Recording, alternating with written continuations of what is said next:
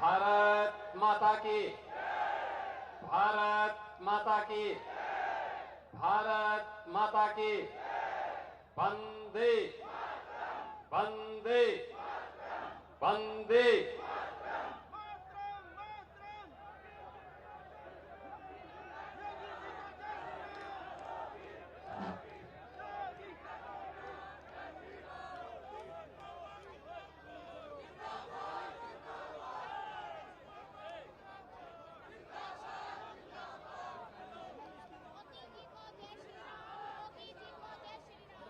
शारदीय नवरात्रि की प्रतिपदा तिथि जगत जननी मां भगवती के शैलपुत्री के रूप में पूजन और अनुष्ठान की तिथि आज से प्रारंभ हुई। मैं सबसे पहले आप सभी शाहबाद विधानसभा क्षेत्र और कुरुक्षेत्र जनपद के सभी बहनों और भाइयों को शारदीय नवरात्रि की हृदय से बधाई देता हूं। आप सबके प्रति अपनी शुभकामनाएं व्यक्त करता हूं। मंच पर उपस्थित लोकप्रिय सांसद कुरुक्षेत्र श्री नवीन जिंदल जी, भारतीय जनता पार्टी के लोकप्रिय प्रत्याशी श्री सुभाष कलसाना जी, जिलाध्यक्ष श्री सुशील राणा जी, विधानसभा के प्रत्याशी श्री धुमन सिंह जी, जिला प्रवासी श्री राघव लखनपाल जी, विधानसभा के प्रवासी अविनाश त्रिवेदी जी, भारतीय जनता पार्टी के सभी पदाधिकारीगण और इतनी समय के पूर्व शाहबाद विधानसभा क्षेत्र से जुड़े हुए सभी मेरे मतदाता बहनों और भाइयों, कुरुक्षेत्र दुनिया के अंदर ये पहला क्षेत्र है जो युद्ध क्षेत्र होने के साथ साथ धर्म क्षेत्र बन गया।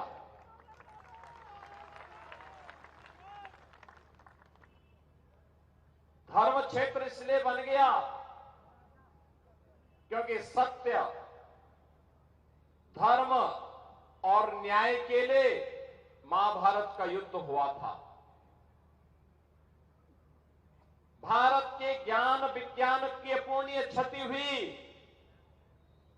लेकिन कौरव दल जो अन्याय, असत्य और अधर्म के साथ थे, वे शक्तिशाली होने के बावजूद पराजय का मुंह उनको देखना पड़ा था। ये वही भूमि है जहां युद्ध भूमि में दुनिया का सबसे तेजस्वी उपदेश दिया गया, और उपदेश किसी और ने नहीं, श्री द्वारिकानाथ वृंदावन बिहारी लाल कृष्ण कन्हैया ने इसी धरती पर दिया था। परित्राणाय साधूनाम विनाशाय च दुष्कृताम, सज्जनों का संरक्षण करने के लिए और दुर्जनों को राम नाम सत्य है के मार्ग पर भेजने के लिए ही प्रभु का बार बार अवतरण होता है। और बहनों और भाइयों, लोकतंत्र में जनता भी उस जनार्दन के रूप में अपना आशीर्वाद प्रत्याशियों को देती है, पार्टियों को देती है। और इसी बात का आह्वान करने के लिए मैं आपके बीच आज आया हूं। मैं देख रहा था जब मैं मंच पे मैं अपनी बात को कहने के लिए आया, मैं बैठा था, नवीन जी बोल रहे थे, सुभाष कलसाना जी अपनी बात को रख रहे थे, लेकिन बीच बीच में जय श्री राम के नारे भी लग रहे थे। बहनों और भाइयों, कौन ऐसा भारतीय होगा जो अयोध्या में 22 जनवरी 2024 को जब देश के यशस्वी प्रधानमंत्री श्री नरेंद्र मोदी जी के कर कमलों से प्रभु श्री रामलला अपनी पावन जन्मभूमि में विराजमान हो रहे थे, कौन ऐसा भारतीय रहा होगा जिसकी आंखों में खुशियों के आंसू न रहे हों? कौन ऐसा भारतीय रहा होगा जिसने अपने घर में दीप न जलाए हों? अगर सच्चा भारतीय था, उसने खुशियां मनाई थी, दीपावली का एहसास कराया था दुनिया को। अयोध्या में 500 वर्षों के उस कलंक को धो करके रामलला का फिर से विराजमान होना दुनिया की शोषित, पीड़ित, दमित सभी जातियों के लिए एक संदेश था। और वो संदेश था कि हर हाल में अगर भारत में 500 वर्षों के बाद रामलला का विराजमान हो सकता है, तो अगर दुनिया की वे सभी ताकतें एकजुट होकर के जो दमित हैं, पीड़ित हैं, अन्याय और अत्याचार का शिकार हुई हैं, वे भी एकजुट होकर के कार्य करेंगे तो उन्हें भी अवश्य सफलता प्राप्त होगी। बहनों और भाइयों, ये संदेश भारत से गया, लेकिन ये भारत का ये संदेश आखिर हम सबको क्या कह रहा है? अयोध्या में सफलता का राज क्या है? सफलता का राज भारत की न्यायपालिका की ताकत भी है और साथ साथ डबल इंजन सरकार की ताकत का एहसास भी है। उत्तर प्रदेश में डबल इंजन सरकार 2014 में प्रधानमंत्री मोदी जी का देश की सत्ता को अपने हाथ में लेना, देश की जनता जनार्दन ने मोदी जी पे विश्वास किया, उन्हें देश का प्रधानमंत्री बनाया। 2017 में मोदी जी के आह्वान पर उत्तर प्रदेश में सरकार बनी। मात्र 2 वर्ष में, बहनों और भाइयों, जो काम 500 वर्षों में नहीं हो पाया, जो कार्य कांग्रेस 60-65 वर्षों में नहीं कर पाई, भारतीय जनता पार्टी की डबल इंजन सरकार ने मात्र 2 वर्ष में करके दिखाया। अयोध्या की समस्या का समाधान कर दिया। आज अयोध्या में गुलामी का कोई ढांचा नहीं। आज अयोध्या दुनिया की सुंदरतम नगरी के रूप में स्थापित हो रहा है। आज अयोध्या एक नया एहसास करा रही है, विकास की, सुरक्षा की, समृद्धि की, और रामलला का आशीर्वाद हम सबको प्राप्त हो रहा है। बहनों और भाइयों, डबल इंजन सरकार की ताकत क्या होती है? अयोध्या इसका उदाहरण है। और जम्मू कश्मीर में आतंकवाद की प्रतीक बन चुकी धारा 370 का हटना, उसका दफन हो जाना, यह उसका उदाहरण है। और इसीलिए मैं आज आप सबका आह्वान करने के लिए आया हूं। हरियाणा ने 10 वर्ष के अंदर हरियाणा ने डबल इंजन सरकार के नेतृत्व में कार्य को होते हुए एक अंजाम तक पहुंचते हुए देखा है। हाईवे का निर्माण, रेलवे की प्रगति, नए नए फ्लाईओवर और रोड ओवर ब्रिजेज बनना, नए नए औद्योगिक क्षेत्र का विकसित होना, युवाओं को बिना खर्ची और बिना पर्ची के नौकरी और रोजगार की सुविधा उपलब्ध हो जाना, और डबल इंजन सरकार तो उन महिषासुर और चंड और मुंड के लिए जगत जननी मां भगवती ही है, जो नशे के कारोबार में लिप्त हैं। बहनों और भाइयों, ये नशे के जो कारोबारी हैं, जो देश को निगल जाना चाहते हैं, युवाओं की जवानी को छीन रहे हैं, ये आज के चंड और मुंड हैं, ये महिषासुर हैं। और इसीलिए मैं आपका एहसास कराने के लिए आया हूं। हरियाणा, इसके दो औरतें हैं, हरिभूमि, अन्नदाता किसानों के परिश्रम की पावन भूमि है, लेकिन हरि आना भी है कि ईश्वर को बार बार बुलाने का है। हरि का मतलब श्री कृष्ण से है, श्री विष्णु से है, श्री राम से है। राम को बार बार इस धरती में बुलाने के लिए ही इसका नाम हरि आना हो गया है, कि हरि बार बार आना यहां पे। यानी जो उपदेश 5200 वर्ष पहले कुरुक्षेत्र की भूमि में भगवान श्री कृष्ण ने दिया था, उसके लिए हमारे पूर्वजों ने इसका नाम हरियाणा लिखा। यानी हरियाणा, हरि बार बार आना उपदेश देने के लिए। जब जब अत्याचार होंगे, जब जब ये माफिया फलेंगे फूलेंगे, इनको फिर से उन्मूलन करने के लिए बार बार आना। ये डबल इंजन की सरकार हरि के ही उस संदेश को लेकर के आपके पास आई है।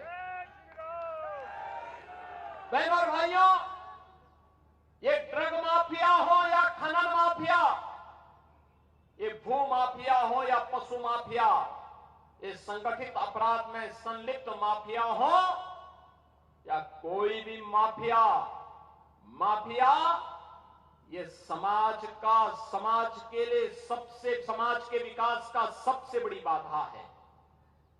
वह विकास में बाधा है, खेल और खिलाड़ियों की प्रगति में बाधा है, युवाओं के रोजगार में बाधा है, वह बेटियों की सुरक्षा में भी बाधा है।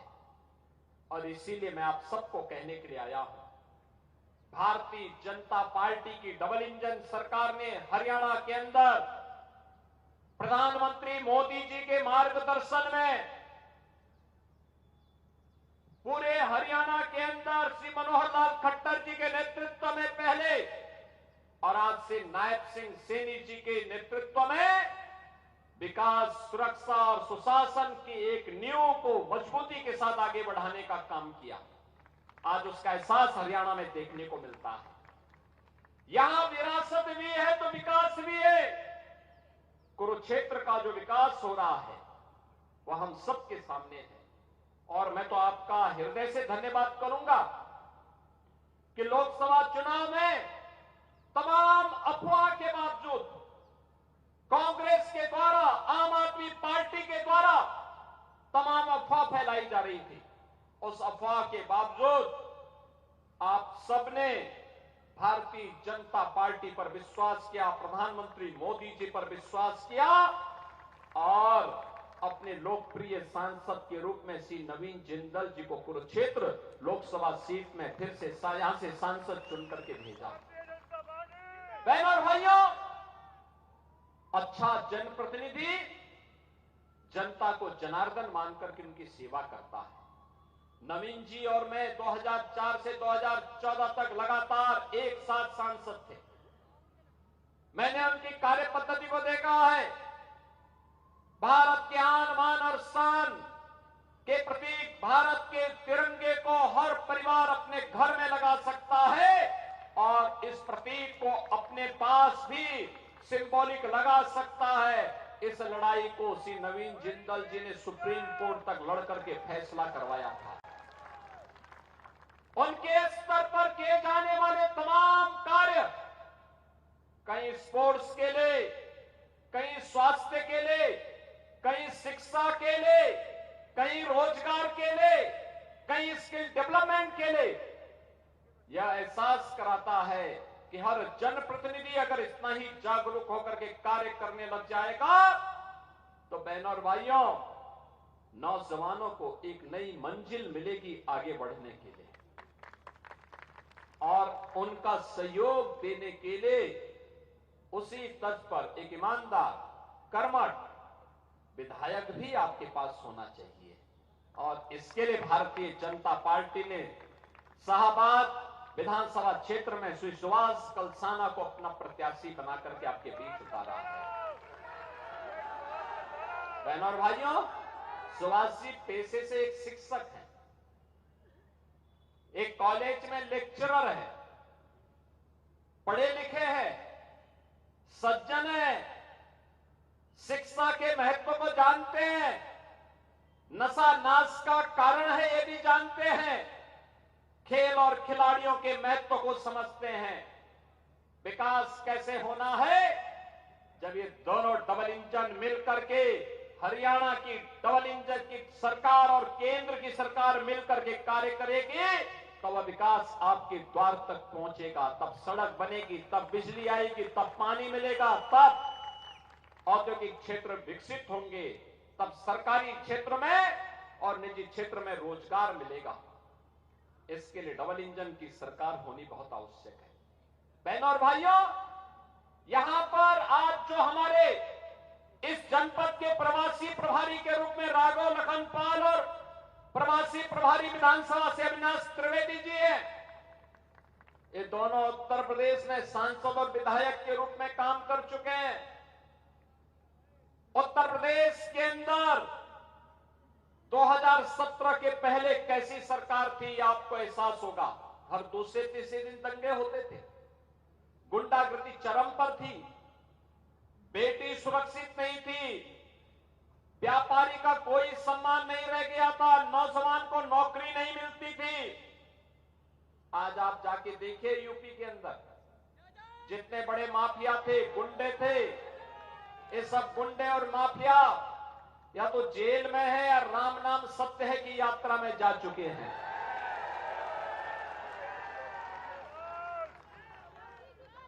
आज उत्तर प्रदेश में कोई दंगा नहीं होता है। 7.5 वर्ष में कोई दंगा यूपी के अंदर नहीं हुआ। और बहनों और भाइयों, डबल इंजन की सरकार में विकास कैसे होता है? Express highway, international connectivity, inter state connectivity, नए नए औद्योगिक क्षेत्र विकसित हो रहे हैं, लाखों करोड़ रुपए का निवेश हो रहा है, लगभग 7 लाख नौजवानों को वहां सरकारी नौकरी दी जा चुकी है, 2 करोड़ युवाओं को अब तक वहां पे निजी क्षेत्र में हुए निवेश में रोजगार के साथ जोड़ा जा चुका है। और डबल इंजन की सरकार का एहसास अयोध्या में राम जन्मभूमि में भव्य मंदिर के निर्माण के माध्यम से देखा जा सकता है, काशी में काशी विश्वनाथ धाम के माध्यम से देखा जा सकता है, प्रयागराज में दिव्य और भव्य कुंभ के माध्यम से देखा जा सकता है। आज कोई वहां पर भारत विरोधी गतिविधियों में, किसी समाज विरोधी गतिविधियों में लिप्त तत्व सिर उठा करके नहीं चल सकता, क्योंकि उसे एहसास है डबल इंजन की भाजपा की सरकार है। यह सुरक्षा हर बेटी, हर बहन को सुरक्षा देना जानती है, हर व्यापारी का सम्मान करना जानती है, समाज में सज्जन शक्ति के संरक्षण के लिए कार्य करना जानती है और दुर्जनों से ठीक से निपटने के लिए भी जानी जाती है। और इसीलिए आपका एहसान कराने के लिए मैं आ रहा हूं कि बहनों और भाइयों, ये डबल इंजन की सरकार की ताकत है। और इसीलिए आप सबसे मेरी अपील है, आज चुनाव प्रचार का अंतिम दिन है, आज शारदीय नवरात्रि भी आज से प्रारंभ हो चुकी है। बहनों और भाइयों, शारदीय नवरात्रि का शुभारंभ की तिथि और तृतीया तिथि को, तीसरी तिथि को आपको हरियाणा के भाग्य का फैसला करना है। और मेरी आप सबसे अपील है, ये माफिया को फिर से कभी मत आने देना, माफिया प्रवृत्ति को कभी मत पनपने देना।